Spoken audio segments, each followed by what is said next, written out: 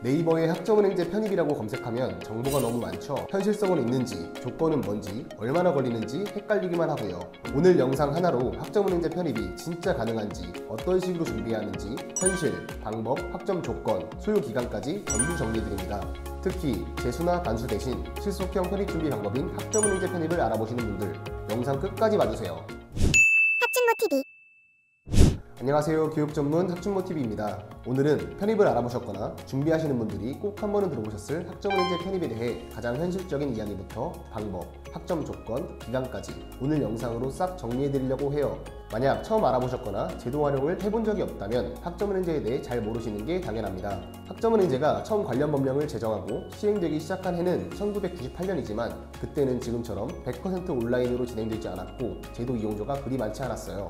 그러다 현재는 학점은행제 편입의 장점들이 입소문을 타고 실제 합격 사례가 쏟아져 나오면서 제도의 수요가 기하급수적으로 늘어나게 된 겁니다. 학점은행제를 통해 편입 조건을 갖추는 루트를 정확히 알면 여러분들의 편입 준비에 첫 단추를 잘 꿰는 거예요.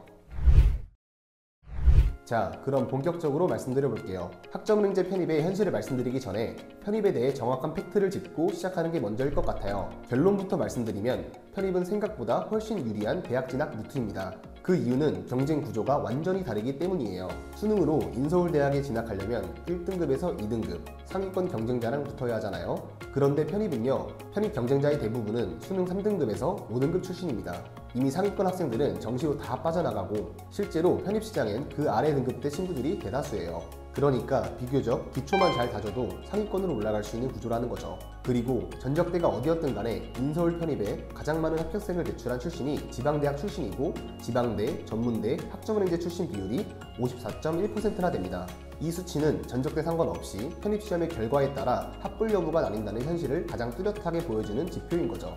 이미 4년제나 전문대를 재학 중인 사람, 고졸이나 비전공자도 학점은행제를 통해 편입해서 인서울까지 올라가는 거 충분히 가능하다는 이야기입니다. 게다가 편입은 수능처럼 가, 나, 다군 3번의 기회로 끝나는 게 아니에요. 원서 접수료를 신경 안 쓴다면 10곳이든 20곳이든 지원할 수 있는 구조입니다. 그리고 한 가지 더, 수능은 국영, 수탐 다 준비해야 하지만 편입은 최소 한 과목, 많아야 2과목 정도만 준비하면 끝입니다. 대표적으로 인서울 인문계열은 편입영어, 이공계열은 편입수학만 보는 대학도 있고 편입영어와 편입수학을 보는 대학도 있어요. 혹은 공인영어로만 전형 방법이 구성되어 있는 대학도 있습니다. 즉, 제대로 된 전략만 세우면 수능보다 훨씬 효율적으로 좋은 학교에 진학할 수 있는 루트가 바로 편입이라는 거고 그 지원 자격을 온라인 수업을 들으며 편입시험 공부에 더 투자할 수 있는 방법이 바로 학점은행제 편입인 겁니다. 가장 먼저 해야 할 건 목표 설정이에요.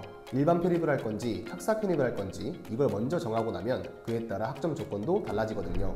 그러면 내가 일반 편입으로 준비할지 학사 편입까지 준비할지 결정되었다면 목표 대학 설정까지는 해주시는 게 가장 베스트입니다. 왜냐하면 여러 대학 편입 모집 요강을 직접 보시면 확인해 볼 수 있지만 대학마다 요구하는 전형 방법이 다르기 때문이죠. 그래도 인서울대학으로 지원을 희망한다면 대부분 편입시험을 보지만 학교마다 서류, 공인영어, 면접, 전적대학 성적 등 별도로 전형 방법에 포함되어 있는 경우가 많습니다. 여기까지 마치셨다면 체계적이고 정확한 학점은행제 정보를 가지고 학점 이수 계획을 세워야 합니다. 온라인 수업, 자격증, 독학사 시험 이 3가지 방법으로 학점을 이수하면 되는데요. 온라인 수업은 한 학기 최대 24학점, 그리고 연간 42학점까지 학점으로 인정받을 수 있습니다. 만약 수업으로만 학점을 이수해서 일반 편입 조건을 갖추겠다면 일반적인 대학교와 마찬가지로 2년이 소요됩니다. 여기서 학점은행제의 가장 큰 장점을 알려드리자면 학점 이수 방법이 다양해서 편입 지원 자격을 갖추는 과정을 유동적으로 설정하고 기간 단축과 비용 절감을 할 수 있다는 점이에요. 일반 편입 학점 조건은 총 80학점 이상을 이수하며 전공 45학점, 교양 15학점 기준을 충족한다면 전문학사학위를 발급받아 지원 자격을 충족할 수 있고요. 학사 편입 학점 조건은 총 140학점 이상을 이수하며 전공 60학점, 교양 30학점 기준을 충족한다면 학사학위를 발급받아 지원 자격을 충족할 수 있습니다. 이렇게만 들었을 때는 기간이 얼마나 걸리는 건지, 얼마나 단축을 할 수 있는 건지 감이 잡히지 않을 거예요. 평균적으로 소요되는 기간을 딱 잘라서 알려드리자면 일반 편입은 1년에서 1년 반, 학사 편입은 2년에서 2년 반 정도가 소요됩니다. 이런 부분들은 저와 같은 전문가가 학생의 상황, 목표 지원 시기 등 모든 부분을 고려해서 가장 효율적인 방법으로 플랜 설계가 가능하니까요. 고정 댓글에 있는 상담 문의 링크나 화면 우측 상단에 채널로 문의 주시면 무료로 도움받을 수 있습니다. 자, 오늘 영상에서는 학점은행제 편입의 현실부터 준비 방법, 학점 조건, 그리고 기간까지 쭉 정리해드렸는데요.